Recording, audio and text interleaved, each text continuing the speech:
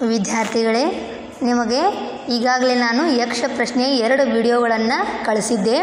2ನೇ ವಿಡಿಯೋದೊಳಗೆ ಯಕ್ಷ ಏನು ಮಾಡ್ತಾನೆ, ಧರ್ಮರಾಜನಿಗೆ ಪ್ರಶ್ನೆಗಳನ್ನು ಕೇಳ್ತಾನೆ. ಧರ್ಮರಾಜ ಬಹಳ ಸಹನೆಯಿಂದ ತಾಳ್ಮೆಯಿಂದ ಯಕ್ಷನಿಗೆ ಉತ್ತರಗಳನ್ನು ಕೊಟ್ಟು ಅವನ ಮನಸ್ಸನ್ನು ತೃಪ್ತಿಯಾಗುವ ಹಾಗೆ ಧರ್ಮರಾಜ ಮಾಡಿರ್ತಾನೆ. ಮುಂದೆ ಏನಾಯಿತು ನೋಡ್ರಿ, ಪೇಜ್ ನಂಬರ್ 37 ಲಾಸ್ಟ್ ಪ್ಯಾರಾದ ನೋಡ್ರಿ. ಯಕ್ಷ ಏನು ಹೇಳ್ತಾನ, ಭಲೆ ಧರ್ಮರಾಜ ಭಲೆ, ನೀನು ಹೆಸರಿಗೆ ತಕ್ಕಂತೆ ಧರ್ಮರಾಜನೇ ಸರಿ. ಮೆಚ್ಚಿದೆ ನಿನ್ನ ಬುದ್ಧಿವಂತಿಕೆಯನ್ನು, ನಿನ್ನ ಉತ್ತರಗಳನ್ನು ಕೇಳಿ ಬಹಳ ಸಂತೋಷವಾಗಿದೆ. ಯಕ್ಷ ಬಹಳ ತೃಪ್ತನಾಗ್ತಾನೆ, ಬಹಳ ಪ್ರಸನ್ನನಾಗಿ ಅವನಿಗೆ ಪ್ರಶಂಸೆಯ ಮಾತುಗಳನ್ನು ಹೇಳ್ತಾನೆ.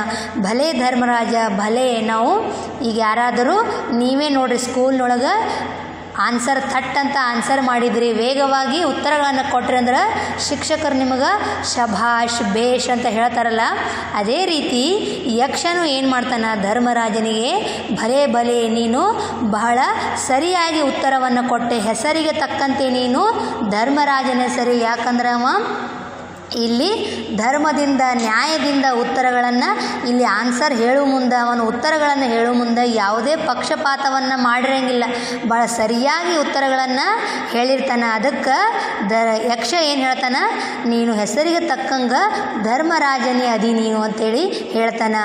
ಮೆಚ್ಚಿದೆ ನಿನ್ನ ಬುದ್ಧಿವಂತಿಕೆಯನ್ನು, ಬಹಳ ಬುದ್ಧಿವಂತಿಕೆಯಿಂದ ಅವನ ಉತ್ತರಗಳನ್ನು ಕೊಟ್ಟಿರುವುದರಿಂದ ಧರ್ಮರಾಜನ ಬುದ್ಧಿವಂತಿಕೆಯನ್ನು ಇಲ್ಲಿ ಪ್ರಶಂಸಿಸಿ ಮಾತುಗಳನ್ನು ಹೇಳ್ತಾನೆ. ನಿನ್ನ ಉತ್ತರಗಳನ್ನು ಕೇಳಿ ಬಹಳ ಸಂತೋಷವಾಗಿದೆ. ಇಲ್ಲಿ ಅವನು ಏನು ಮಾಡಿರ್ತಾನೆ, ಧರ್ಮರಾಜ ಉತ್ತರಗಳನ್ನು ಕೇವಲ ಒಬ್ಬ ವ್ಯಕ್ತಿಗೆ ಅಥವಾ ತನ್ನ ವೈಯಕ್ತಿಕವಾಗಿ ಉತ್ತರಗಳನ್ನು ಹೇಳಿರಂಗಿಲ್ಲ, ಭಾಳ ನ್ಯಾಯಯುತವಾಗಿ ಧರ್ಮದಿಂದ ಉತ್ತರಗಳನ್ನು ಹೇಳ್ತಾನೆ. ಈ ಮೇಲಿನ ಉತ್ತರಗಳನ್ನು ನಿಮ್ಗೆ ನೋಡಿದರೆ ಏನು ಅನ್ನಿಸ್ತದ, ಭಾಳ ಸರಿ ಅನ್ನಿಸ್ತದಲ್ಲ ನಿಮಗಾದ್ರೂ. ಇಲ್ಲಿ ಧರ್ಮರಾಜ ತನ್ನ ಕುಟುಂಬಕ್ಕೋಸ್ಕರ ತನ್ನ ವೈಯಕ್ತಿಕವಾಗಿ ಏನಾದ್ರು ಉತ್ತರಗಳು ಹೇಳ್ಯಾನೇನೋ ಇಲ್ಲ, ಅದು ಎಲ್ಲರ ಜೀವನಕ್ಕೂ ದಾರಿದೀಪ, ಎಲ್ಲರಿಗೂ ಅನ್ವಯವಾಗುವಂತಹ ಉತ್ತರಗಳನ್ನು ಕೊಟ್ಟಿರ್ತಾರಲ್ಲ, ಅದಕ್ಕೆ ಅಂಥ ಉತ್ತರಗಳನ್ನು ಕೇಳಿ ಯಕ್ಷ ಏನು ಹೇಳ್ತಾನೆ, ನನಗೆ ಭಾಳ ಖುಷಿ ಆಗ್ಯದ, ಸಂತೋಷ ಆಗ್ಯದ ಅಂಥೇಳಿ ಹೇಳ್ತಾನೆ. ಮುಂದೆ ನೋಡ್ರಿ, ನಿನ್ನ 4 ಸಹೋದರರಲ್ಲಿ ಯಾರಾದರೂ ಒಬ್ಬರನ್ನು ಬದುಕಿಸುವೆ, ಹೇಳು ಯಾರನ್ನು ಬದುಕಿಸಲಿ. ಆಗಲೇ ಅವ ಮಾತು ಕೊಟ್ಟಿರ್ತಾನೆ ಯಕ್ಷ. ಏನು ಹೇಳಿರ್ತಾನೆ, ಧರ್ಮರಾಜ ನಿನ್ನ ಎಲ್ಲ ಉತ್ತರಗಳಿಗೆ, ನಿನ್ನ ಪ್ರಶ್ನೆಗಳಿಗೆ ನಾನು ಉತ್ತರಗಳನ್ನು ಹೇಳಿದ್ರೆ ನನಗೇನು ಲಾಭ ಅದ, ಅದರಿಂದ ನನಗೇನು ಉಪಯೋಗ ಅದ ಅಂಥೇಳಿ ಕೇಳಿರ್ತಾನೆ. ಆಗ ಯಕ್ಷ ಮಾತು ಕೊಟ್ಟಿರ್ತಾನೆ ಅವನಿಗೆ, ಏನಂದ್ರೆ ನಿನ್ನ 4 ಸಹೋದರರಲ್ಲಿ ಒಬ್ಬ ಸಹೋದರನನ್ನು ನಾನು ಬದುಕಿಸ್ತೀನಿ ಅಂಥೇಳಿ ಮಾತು ಕೊಟ್ಟಿರ್ತಾನಲ್ಲ, ಅದೇ ರೀತಿ ತನ್ನ ಮಾತಿಗೆ ತಪ್ಪದೆ ಯಕ್ಷ ಏನು ಹೇಳ್ತಾನೆ, ಹೇಳ ಧರ್ಮರಾಜ, ನೀನು ಭಾಳ ಸರಿಯಾಗಿ ಉತ್ತರಗಳನ್ನು ನ್ಯಾಯದಿಂದ ಧರ್ಮದಿಂದ ಉತ್ತರಗಳನ್ನು ಕೊಟ್ಟು ನನ್ನ ಮಾತಿನಂತೆ ನಾನು ನಿನ್ನ 4 ಸಹೋದರರಲ್ಲಿ ಯಾರನ್ನು ಬದುಕಿಸಲಿ ಅಂಥೇಳಿ ಪ್ರಶ್ನೆ ಮಾಡ್ತಾನೆ. ಆಗ ಧರ್ಮರಾಜ ಹೇಳ್ತಾನೆ, ಯಕ್ಷನಿಗೆ ಕೈ ಮುಗಿದು, ಧನ್ಯನಾದೆ, 4ರಲ್ಲಿ ಒಬ್ಬನನ್ನು ಬದುಕಿಸುವುದಾದರೆ ನನ್ನ ತಮ್ಮ ನಕುಲನನ್ನು ಬದುಕಿಸು. ಅವನು ಏನು ಮಾಡ್ತಾನೆ, ಧರ್ಮರಾಜ ಯಕ್ಷನಿಗೆ ಕೈ ಮುಗಿದು ನಾನು ಧನ್ಯನಾದೆ ಅಂಥೇಳಿ ಅವನಿಗೆ ಧನ್ಯವಾದಗಳನ್ನು ಅರ್ಪಿಸ್ತಾನೆ. 4ರಲ್ಲಿ ನೀನು ಒಬ್ಬರನ್ನು ಯಾರಾದರೂ ಬದುಕಿಸುವುದಾದರೆ ನೀನು ನಕುಲನನ್ನು ಬದುಕಿಸಿಕೊಡು ಅಂಥೇಳಿ ತನ್ನ ವಿನಂತಿಯನ್ನು ಯಕ್ಷನಿಗೆ ಹೇಳ್ತಾನೆ. ಆಗ ಯಕ್ಷ ನೋಡ್ರಿ ಆಶ್ಚರ್ಯದಿಂದ, ಬಹಳ ಆಶ್ಚರ್ಯ ಆಗ್ತದೆ ಯಕ್ಷನಿಗೆ. ಯಾಕೆ ಆಶ್ಚರ್ಯ ಆಗ್ತದೆ ನೋಡ್ರಿ, ಇದೇನು ಧರ್ಮರಾಜ ಹೀಗೆ ಹೇಳುತ್ತಿರುವೆ, ಏನು ನೀನು ಈ ಥರ ಮಾತಾಡಕತ್ತೀಯಲ್ಲ, ನಕುಲನನ್ನು ಬದುಕಿಸಿಕೊಡು ಅನ್ನಕತ್ತೀಯಲ್ಲ, ಅವಸರ ಪಡಬೇಡ, ಸ್ವಲ್ಪ ಯೋಚಿಸು. ವೀರರಾದ ಭೀಮ ಅರ್ಜುನರು ನಿನಗೆ ಪ್ರಿಯರಲ್ಲವೇ, ಅವರನ್ನು ಬಿಟ್ಟು ನಕುಲನನ್ನು ಬದುಕಿಸಲು ಹೇಳುತ್ತಿರುವೆಯಲ್ಲ, ಮತ್ತೊಮ್ಮೆ ಯೋಚಿಸು. ನೋಡ್ರಿ ಇಲ್ಲೇನು ಹೇಳ್ತಾನೆ ಯಕ್ಷ, ಏನು ನೀನು ಹಿಂಗೆ ಹೇಳಕತ್ತೀಯಲ್ಲ, ನಕುಲನನ್ನು ಬದುಕಿಸಿಕೊಡು ಅಂಥೇಳಿ ಧರ್ಮರಾಜ ಹೇಳಿದಾಗ ಯಕ್ಷನಿಗೆ ಬಹಳ ಆಶ್ಚರ್ಯ ಆಯಿತು. ಯಾಕೆ ಆಶ್ಚರ್ಯ ಆಯ್ತಂದ್ರೆ, ನೀನು ಅವಸರ ಪಡಬೇಡ, ಗಡಬಡ ಮಾಡಬೇಡ, ಯಾಕಂದ್ರೆ ಸ್ವಲ್ಪ ಯೋಚನೆ ಮಾಡು. ನೀನು ಏನು ಕೇಳಾಕತ್ತಿ, ನಕುಲನನ್ನು ಬದುಕಿಸೋದು ಕೇಳಾಕತ್ತಿ, ನಿನ್ನ ತಮ್ಮಂದಿರು ವೀರರದಾರ, ಯಾರು, ಅರ್ಜುನ ಮತ್ತು ಭೀಮ, ಇವರು ವೀರ ಶೂರರದಾರ, ನಿನಗೆ ಭಾಳ ಪ್ರಿಯ ವ್ಯಕ್ತಿಗಳದಾರ, ಅವರನ್ನು ಬಿಟ್ಟು ನೀನು ನಕುಲನನ್ನು ಬದುಕಿಸೋ ಅಂತ ಹೇಳಕತ್ತೀಯಲ್ಲ, ಸ್ವಲ್ಪ ಯೋಚನೆ ಮಾಡು ಅಂತ ಕೇಳ್ತಾನ. ಆಗ ಧರ್ಮರಾಜ ಹೇಳ್ತಾನ, ಪೂಜ್ಯನೇ, ನಾನು ಚೆನ್ನಾಗಿ ಯೋಚಿಸಿದ್ದೇನೆ. ಪೂಜ್ಯ ಅಂದ್ರೆ ಇಲ್ಲಿ ಆಧರಣೀಯ ಒಂದು ಶಬ್ದಗಳನ್ನು ಬಳಸ್ತೀವಲ್ಲ, ಗೌರವ ಸೂಚಕವಾಗಿ ಹೇಳ್ತಾನವ.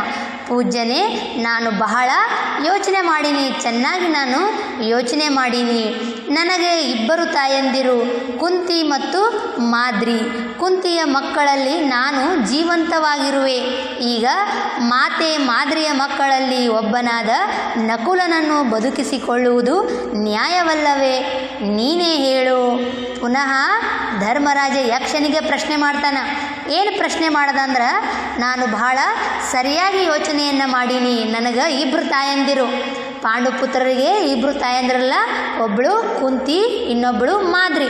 ಕುಂತಿಯ ಮಕ್ಕಳು ಯಾರಂದ್ರೆ ಧರ್ಮರಾಜ, ಭೀಮ ಮತ್ತು ಅರ್ಜುನ. ಇನ್ನು ಉಳಿದ ಇಬ್ಬರು ನಕುಲ ಮತ್ತು ಸಹದೇವ, ಇವರು ಮಾದ್ರಿಯ ಮಕ್ಕಳಾಗಿರ್ತಾರ. ಆದ್ದರಿಂದಲೇ ಧರ್ಮರಾಜ ಏನು ಹೇಳ್ತಾನ, ನ್ಯಾಯ ಧರ್ಮದಿಂದ ಹೇಳ್ತಾನವ. ಕುಂತಿಯ ಮಕ್ಕಳಲ್ಲಿ 3 ಜನ ಕುಂತಿಯ ಮಕ್ಕಳು, ಧರ್ಮರಾಜ, ಭೀಮ, ಅರ್ಜುನ. ಈ ಮೂವರಲ್ಲಿ ನಾನು ಒಬ್ಬ ಜೀವಂತವಾಗಿದ್ದೀನಿ, ನಾನು ಕುಂತಿಯ ಪುತ್ರ ಒಬ್ಬ ಜೀವಂತವಾಗಿದ್ದೀನಿ.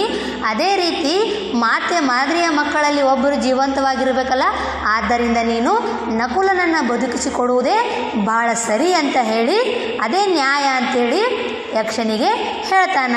ಆಗ ಯಕ್ಷ ನೋಡ್ರಿ ಏನು ಹೇಳ್ತಾನ, ಧರ್ಮರಾಜ, ಮೆಚ್ಚಿದೆ ನಿನ್ನ ನ್ಯಾಯ ನಿಷ್ಠೆಯನ್ನು, ಸಹೋದರ ಪ್ರೀತಿಯನ್ನು.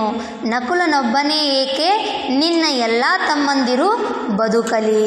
ನೋಡ್ರಿ, ಯಕ್ಷನಿಗೆ ಇಲ್ಲೇನಾಯಿತು, ಮನ ಕರಗುವಂಥ ಮಾತನ್ನು ಹೇಳ್ದ. ಯಾಕಂದ್ರೆ ಅವನು ತನ್ನ ಒಂದು ವ್ಯಾಮೋಹಕ್ಕೆ ಒಳಗಾಳಿಲ್ಲ. ಅರ್ಜುನ ಮತ್ತು ಭೀಮ ಬಹಳ ಬಲಶಾಲಿಗಳು, ಶೂರ ವೀರರಾಗಿದ್ದರು. ಅವರನ್ನು ಬದುಕಿಸಿಕೊಳ್ಬೇಕಾಗಿತ್ತಲ್ಲ ಧರ್ಮರಾಜ, ಹಂಗೆ ಮಾಡಲಿಲ್ಲವ. ಯಾಕಂದ್ರವ ನ್ಯಾಯದಿಂದ ನಡೀತಾ ಇದ್ದ, ಧರ್ಮದಿಂದ ನಡೀತಾ ಇದ್ದ. ಅದಕ್ಕೆ ನಕುಲನನ್ನು ಬದುಕಿಸಿಕೊಡು ಅಂತ ಕೇಳಿದಾಗ ಯಕ್ಷ ಮೆಚ್ಚುಗೆಯನ್ನು ವ್ಯಕ್ತಪಡಿಸ್ತಾನ. ನಿನ್ನ ನ್ಯಾಯ, ನಿನ್ನ ನಿಷ್ಠೆಯನ್ನು, ನಿನ್ನ ಸಹೋದರ ಪ್ರೀತಿ, ನಿನ್ನ ತಮ್ಮಂದಿರ ಮೇಲೆ ನೀನಿಟ್ಟಂಥ ಪ್ರೀತಿಯನ್ನು ನೋಡಿ ನನಗೆ ಬಹಳ ಆಶ್ಚರ್ಯ ಆಯಿತು. ನಾನು ನಿನ್ನನ್ನು ಮೆಚ್ಚಿಕೊಂಡೆ. ಕೇವಲ ನಕುಲನೊಬ್ಬನೇ ಯಾಕೆ ನಾನು ಬದುಕಿಸಲಿ, ನಿನ್ನ 4 ಅಂದರೆ ಎಲ್ಲ ತಮ್ಮಂದಿರನ್ನು ನಾನು ಬದುಕಿಸ್ತೀನಿ ಅಂತ ಹೇಳ್ತಾನ. ಯಕ್ಷನ ಕೃಪೆಯಿಂದ ಸತ್ತು ಬಿದ್ದಿದ್ದ 4 ನಿದ್ದೆಯಿಂದ ಎದ್ದವರಂತೆ ಎದ್ದು ಕುಳಿತು ಆಶ್ಚರ್ಯದಿಂದ ಯಕ್ಷನನ್ನು, ಧರ್ಮರಾಜನನ್ನು ನೋಡುವರು. ಯಕ್ಷ ಏನು ಮಾಡ್ತಾನ, 4 ಸಹೋದರರನ್ನು, ಧರ್ಮರಾಜನ 4 ಸಹೋದರರು ಭೀಮ, ಅರ್ಜುನ, ನಕುಲ ಮತ್ತು ಸಹದೇವ ಎಲ್ಲರನ್ನ ಬದುಕಿಸ್ತಾನ.